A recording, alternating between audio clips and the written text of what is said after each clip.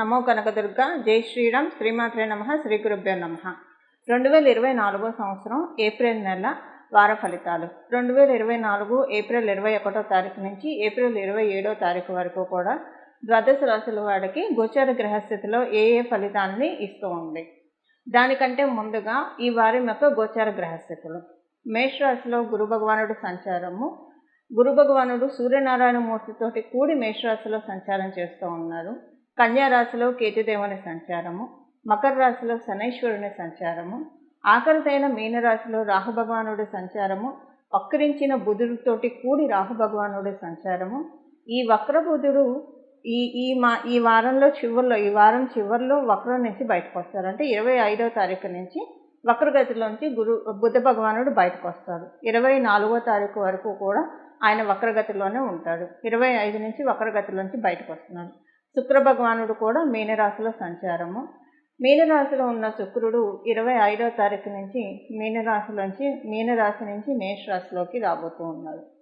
మేషరాశిలో 3 గ్రహాలు వరుసగా, అలాగే మీనరాశిలో కూడా రాహువు బుధుడు 24వ తారీఖు వరకు శుక్రుడితోటి కూడి 3 గ్రహాలు. 24 నుంచి రాహువు వక్రస్థితి నుంచి బయటికి వచ్చిన బుధుడితోటి కూడిన రాహువు సంచారము. కుజుడు సంచారము కుంభరాశిలో జరుగుతుంది. శనైశ్వరుడితోటి కూడిన కుజ సంచారము కుంభరాశిలో జరుగుతుంది. కుంభరాశిలో కుజ భగవానుడు సంచారము, ఆయన రాశి అయిన మేషరాశిలో సూర్యనారాయణ మూర్తి మరియు గురు భగవానుడి సంచారము. ఈ నేపథ్యంలో ఈ వారం ద్వాదశ రాశుల వాళ్ళకి ఎలాంటి ఫలితాలు, శుభ ఫలితాలు చోటు చేసుకోబోతున్నాయి, ఈ విషయాలన్నీ మనం తెలుసుకుందాం. ఈ వారం యొక్క విశేషాంశం ఏమన్నా ఉందా, ఇది ఒకసారి మనం పరిశీలిద్దాం. ఈ వారం యొక్క విశేషాంశము సూర్యనారాయణ మూర్తి తన ఉచ్చ రాశి అయిన మేషరాశిలో సంచారం జరుపుతూ ఉన్నారు. ఉచ్చ స్థానమైన మేషరాశిలో ఆయన మామూలుగానే ఆయన ఉచ్చ రాశి అయిన మేషరాశిలో సంచారం చేస్తుంటే చాలా మంచి ఫలితాలని ఆ ద్వాదశ రాశుల వాళ్ళకే ప్రసాదిస్తాడు. అలాంటిది జీవకారకుడైన బృహస్పతితోటి కూడి సంచారము. అలాగే ఈ నెల 24వ తారీఖు నుంచి శుక్ర భగవానుడు కూడా, అంటే ఇద్దరు గురువర్యుల సమక్షంలో సూర్యనారాయణ మూర్తి సంచారం మేషరాశి. అది కూడా మేషరాశి కాలపురుషుడి కుండలిలో ప్రథమ రాశి మేషరాశి.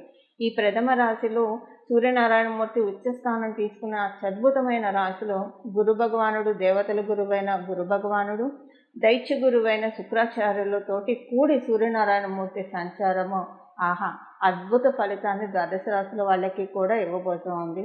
ఈ అద్భుత ఫలితాలు ఏ విషయాల్లో ప్రభావం చూపబోతుంది, ఏ విషయాల్లో ఈ అద్భుత ఫలితాలు వర్తిస్తాయి ద్వాదశ రాశుల వాళ్ళకి, ఇది మనం తెలుసుకున్నాం. ఇది తెలుసుకోవడానికి ముందుగా ఈ వారం 24వ తారీఖు నుంచి కూడా అందరికీ చక్కటి ఆత్మస్థైర్యం ఉంటుంది, మనోధైర్యం ఉంటుంది. విల్ పవర్ తోటి పనులన్నీ కూడా చకచకా చేసుకునే సమర్థత అందరికీ వర్తిస్తుంది. 27 నక్షత్రాల వాళ్ళకిను అలాగే ద్వాదశ రాశుల వాళ్ళకి కూడా ఈ పాయింట్ వర్తిస్తుంది. ఎవరికైనా ఆరోగ్య సమస్యలు ఉంటే ఆరోగ్య సమస్యలు సెట్ అయ్యే విధంగా మంచి వైద్యం దొరకడము, తదితర అంశాలన్నీ కూడా ఆ చల్లని సూర్యనారాయణ మూర్తి కృప వల్ల అవ్వడానికి బగబగ మండుతూ ఉన్నా సరే వేసవిలో ఆయన లేనిదే మన ఉనికి మన మనుగడ ఉండదు. కాబట్టి ఆయన మనకి ఎలాగైతే ఆయన కాంతిని తీసుకొని చంద్రుడు చల్లగా వెన్నెల్లు కురిపిస్తాడో, ఆయన కాంతితోటి మన జీవితంలో పచ్చదనము, చల్లదనము శోభాయమానంగా ఉంటుంది. ఇప్పుడు మనం ద్వాదశ రాశుల వాళ్ళకి కూడా ఈ గోచర గ్రహస్థితులు ఎలాంటి ఫలితాలు ఇస్తున్నాయి అన్న విషయాలు ఒక్కసారి పరిశీలిద్దాం. మిథున రాశిలో పుట్టిన వారికి ఈ వారం లాభస్థానం చాలా బలంగా ఉంది. లైట్ పడుతూ ఉంది మీ ఫైనాన్సెస్ మీద. ఈ లైట్ ప్రసరింపజేసేది పొద్దున్నే మనకి ఉదయం నుంచి సాయంత్రం వరకు మన జీవితంలో వెలుగుల్ని వెదజిమ్మే, మన నిత్య దైనందిన జీవితంలో వెలుగుల్ని వెదజిమ్మే సూర్యనారాయణ మూర్తి వల్ల ఈ కాంతి మీకు ఫైనాన్షియల్ మ్యాటర్స్లో పడుతూ ఉంది. ఫైనాన్షియల్గా చాలా మంచి శుభ సమయం మీకు ఈ వారం అంతా కూడా. మీ పిల్లల రీత్యా మీకు కొన్ని అనుకూలతలు ఉంటాయి. అలాగే పిల్లల రీత్యా మరియు ఇరుగు పొరుగు రీత్యా బంధువులలో కొంత మనస్తాపాలు రావడానికి అవకాశం ఉంది. ఈ విషయంలో కొంచెం జాగ్రత్తగా ఉండాలి. ఈ వారం మీరు ఆవేశాలకి కోపతాపాలకి వెళ్తే తర్వాత శనీశ్వరుడు కొన్ని పనిష్మెంట్స్ ఇచ్చే అవకాశం ఉంది. ఎందుకంటే శనీశ్వరుడు ఆచ్ఛాదన మీనరాశిలో ఉంది. మీనరాశిలో ఉండడం వల్ల ఇప్పుడు మీకు ఇలాంటివి జరగడానికి ఛాన్సెస్ ఉంది. అంటే మీ పిల్లల వల్ల, ఇరుగు పొరుగు వారి వల్ల, మీ బంధువర్గం వాళ్ళతోటి మిమ్మల్ని కొంచెం అర్థం చేసుకోకుండా మిస్అండర్స్టాండింగ్స్ ఎక్కువ ఉంటాయి. ఏదేమైనా కాలమే అన్నిటినీ సరిచేస్తుంది. కాలాన్ని మించిన గొప్ప వైద్యుడు ఎవరు ఉండరు. కాలం అన్నిటినీ హీల్ చేస్తుంది. ఈ భావంతో ఉండి మీరు కనుక కొంత సంయమనాన్ని, కొంత సహనాన్ని పాటిస్తే అంతా సర్దుకుంటుంది. లేకపోతే ఇప్పుడు మీరు నోటి దురుసు పొరపాటున మీరు కంట్రోల్లో పెట్టుకోలేకపోతే, మాట టక్కున జారేస్తే రాబోయే కాలంలో అది మీకు కొంచెం ఇబ్బంది ఎక్కువ అయ్యే అవకాశం ఉంది. ఇది ఫైనాన్షియల్గా మీకు ఇబ్బంది రావచ్చు రాబోయే రోజుల్లో, లేదా ఏదో ఒక రకంగా ఇబ్బందులు అయితే తలెత్తుతుంది. అందువల్ల ఈ వారం మీరు శనీశ్వరుడు సర్విలెన్స్లో ఉన్నారు. శనీశ్వరుడు సర్విలెన్స్లో ఉండడం వల్ల, ఎందుకంటే మీకు లాభస్థానం మీద ఆయన తృతీయ దృష్టితో చూడడం వల్ల శనీశ్వరుడు సర్విలెన్స్లో ఉన్నారు. శనీశ్వరుడు సర్విలెన్స్లో ఉండడం వల్ల, ఆయన నిఘాలో ఉండడం వల్ల ఈ వారం మీరు పొరపాటున ఎవరి ముందైనా సరే, ఎవరి వెనకైనా సరే వాళ్ళ గురించి చెడుగా మాట్లాడితే రాబోయే రోజుల్లో మీకు అది పెద్ద ఇబ్బందిని తెచ్చిపెట్టే అవకాశం ఉంది. ఈ విషయంలో కొంచెం జాగ్రత్తగా ఉండాలి. ఆరోగ్యం చాలా బాగా ఉంటుంది. వ్యాపారం చేసే వాళ్ళకి మనం ఫైనాన్షియల్గా బాగుంటుందని ముందు తెలుసుకున్నాం కాబట్టి ఉద్యోగస్తులకి, వ్యాపారస్తులకి మంచి శుభ సమయము.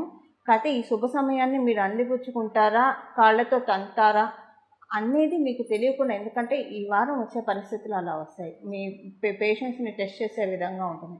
మీరు పేషెన్స్ లేని వాళ్ళైతే ఇది ఇంకా మీకు టెస్టింగ్ అనే దానికన్నా కూడా ఇంకా మీకు ఇబ్బంది కలిగిస్తుంది. కాబట్టి కొంచెం జాగ్రత్తగా ఉంటే ఈ వారం అంతా కూడా, మిగతా రోజుల్లో కూడా చాలా ప్రశాంతంగా, అప్పుడు శనీశ్వరుడు నిఘా పెట్టాడు కాబట్టి మంచి ఫలితాలను ఆయన మీకు అందించడానికి చాలా చక్కటి అవకాశం ఉంది. ఎందుకంటే మీకు నవమాధిపతి మీకు భాగ్యాన్ని ఇవ్వాలి, ఎంత భాగ్యాన్ని ఇవ్వాలి అని నిర్ణయించేది శనీశ్వరుడి చేతిలోనే ఉంటుంది. భాగ్యాన్ని ఇవ్వాలా, ఎంతవరకు ఇవ్వాలి, ఇదంతా శనీశ్వరుడి చేతిలో ఉంటుంది. కాబట్టి ఈ విషయంలో మీరు కొంచెం జాగ్రత్తగా ఉంటే మిగతా విషయాల్లో అంతా కూడా మిథున రాశిలో పుట్టిన వాళ్ళకి అనుకూలంగా ఉంది.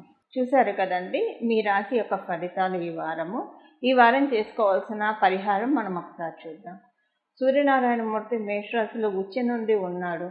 కుదిరితే కనుక, అంటే మీకు టైం సహకరిస్తే రాత్రిపూట కొంచెం పెందలాడే పడుకోగలిగే అవకాశం ఉన్నవాళ్ళు ఉదయాన్నే సూర్యోదయ పూర్వమే స్నానం చేసి సూర్యనారాయణమూర్తికి అర్ఘ్యప్రదానం చేస్తే చాలా మంచిది.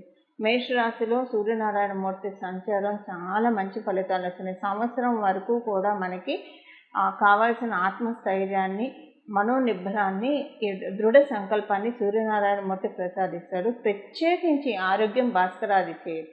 ఈ సంవత్సరం పొడుగుతా మనం ఆయురారోగ్య ఐశ్వర్యాలతో ఉండాలంటే ఐశ్వర్య ప్రదాత, ఆరోగ్య ప్రదాత అయిన సూర్యనారాయణమూర్తిని శరణ వేడాలి. సూర్యనారాయణమూర్తిని ఎలా శరణ వేడాలి ఈ విషయం ఇప్పుడు మనం చూద్దాం. అలాగే సూర్యనారాయణమూర్తి ఆల్రెడీ మీకు హెల్త్ ప్రాబ్లమ్స్ ఏమన్నా ఉంటే ఈ పరిహారం చేసుకోవడం వల్ల, వైద్యులు సూచించిన మందులు తీసుకుంటూ ఈ పరిహారం చేయడం వల్ల తీసుకున్న మందు మీ బాడీకి సెట్ అయ్యి మీకున్న వ్యాధి త్వరితగతంగా నయం అవ్వడానికి చక్కటి ఆస్కారం ఉంటుంది. ఇక మనం ఇప్పుడు పరిహారం ఏంటో చూద్దాం. ఈ పరిహారం అర్ఘ్యప్రదానము. మీకు సూర్యాష్టకం ఇప్పుడు మీరు ఒకవేళ రాత్రిపూట లేటుగా పడుకున్న వాళ్ళు పొద్దున్నే మీరు లేవలేరు అని అనుకుంటే కనీసం ఉదయం 10 లోపల అర్ఘ్యప్రదానం చేయడానికి ప్రయత్నించండి. అంతకు మించి మటుకు దాటనీయకుండా ఉండడానికి దాటనీయకండి. ఆ లోపే చేయండి. అర్ఘ్యప్రదానం చేసేప్పుడు ఆ నీళ్ళలో ఒక రాగి చెంబు నిండా నీళ్లు తీసుకొని అందులో ఒక మందార పువ్వు, మీ ఇంట్లో మందార చెట్టు ఉంటే మందార పువ్వు వేసి అర్ఘ్యం ఇవ్వండి. మందార చెట్టు అందరింట్లో ఉండదు కాబట్టి లేని వాళ్ళు గులాబీలు ఇలాంటివి, లేదా గన్నేరు చెట్టు, ఎర్ర గన్నేరు చెట్టు అందుబాటులో ఉంటే ఎర్ర గన్నేరు కూడా వేసి, ఏదైనా కూడా ఎర్రటి పుష్పంతో స్వామివారికి అర్ఘ్యం వదలాలి. ఈ అర్ఘ్యం వదిలి సూర్యాష్టకం చదువుకొని, కుదిరితే ఆదిత్య హృదయం కూడా చదువుకొని సూర్యనారాయణమూర్తిని చూస్తూ, సూర్యనారాయణమూర్తి అమ్మవారి కన్నుగా భావిస్తూ సూర్యనారాయణమూర్తిని కనీసం ఒక 1 minute అయినా సూర్యనారాయణమూర్తికి దండం పెట్టడానికి ప్రయత్నించండి. నమస్కార ప్రియ భాస్కర అని చెప్తుంది శాస్త్రము.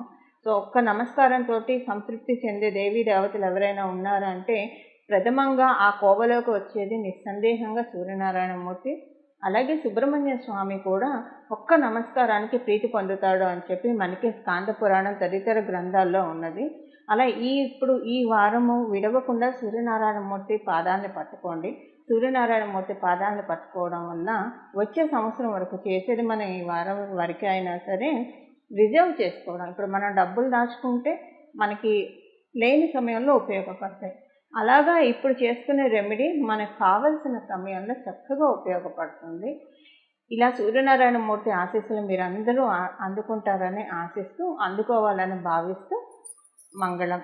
నమో కనకదుర్గ, నమో భగవతే వాసుదేవాయ.